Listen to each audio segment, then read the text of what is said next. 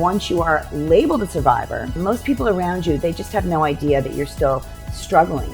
And don't get me wrong, we are so grateful that we survived, but surviving is not thriving. And that's our core mission, to empower you to love yourself and know you are stronger and more beautiful than ever before. We see you, we understand, and we are here to help.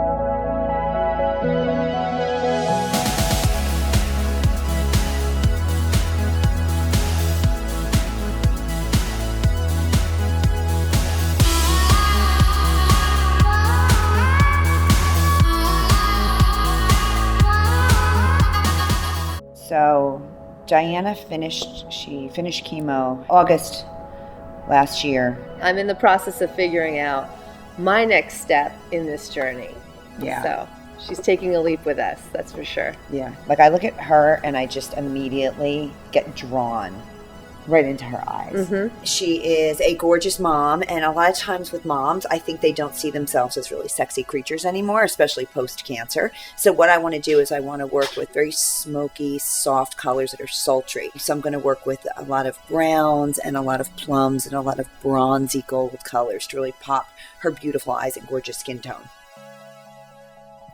So the power is out in half the building, which means it's really dark and cold. So the show must go on, so we're looking for a new spot. Wish us luck. This could totally work. We got a lot of natural light here, and we can set her up with the power over there. Well, there's no power. So I just need to No, that's the one outlet that's working. That's working? We found a working outlet. Hi, I'm Diana. I was diagnosed December 14th, 2017. I was having a lot of headaches and I was depressed. 2 months prior, I lost my dad and I was taking care of him for over a year. And they were like, okay, well, you lost your dad. Maybe you have, they thought that I had lupus. I was going for all these tests. So I had all this blood work. I was going back and forth to doctors, plus mourning my dad. And I have 2 young boys. My son was climbing me because I am their jungle gym, even though I'm only 4'11". And he just put his foot in my chest. And it did not stop hurting. And from there, it led me into my first and probably last mammogram. And lo and behold, that foot in my chest and that test saved my life. I had stage 1 breast cancer. I had invasive ductal carcinoma in my right breast. I came to find out that I was BRCA1 positive. So with the BRCA positivity, I had to remove both my breasts. There really wasn't an option. I was 34 at the age of my diagnosis. It turned out it was highly aggressive, so I was treated with chemotherapy after my surgery. I did 4 rounds of AC, 12 of Taxol, and my last session was actually last August. And I'm still recovering from everything. I mean, it takes a lot out of you. I had reconstruction. I had the D-flap reconstruction, so it's immediate. So I had that surgery done. It was a 12-hour surgery, and you're in intensive care for 2 days. For me personally, I know that I was a lot more carefree and a lot more energetic, and I was kind of always vibrant, and I feel like I don't have that anymore. I have so much more fear. I have anxiety doing such little things, and these fears, but also these different emotions. There's so much going on chemically inside of me. Last January, they had me remove my ovaries, and I'm on anastrozole. And there's so much that my body hasn't had the time to kind of recoup itself. I feel like I need to take more moments to myself and for my kids. One of the coolest things that I did during chemo, my kids didn't really understand the surgery, right? You're just kind of you can't touch mommy. I told them something bad was in my body, I had to remove it. And my kids had luckily gotten the flu that year, but they never had before. So I was it's kind of mommy has to have medicine and I'm gonna kind of have the flu.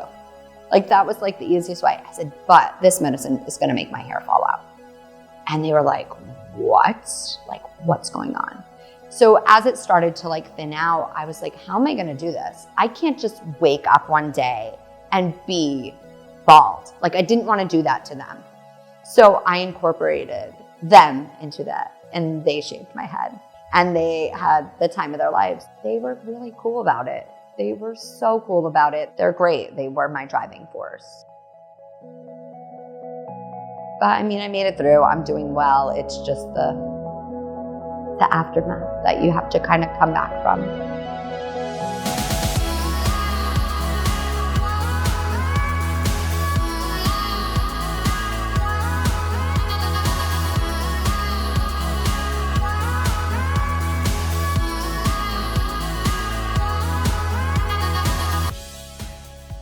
Halfway through the day, the power went back on, which was a blessing because we were making it work. But it's much easier when the whole building works. But that is nonprofit life. Things happen, but you have to go on. The show goes on, as you said before. So it was a wonderful shoot with Diana. It was completely mission accomplished. So we're super happy that the day ended up the way it did. Yay, team. The energy around me, I felt a very good energy, and I felt like myself. It was lovely to see and lovely to feel, and it still feels good.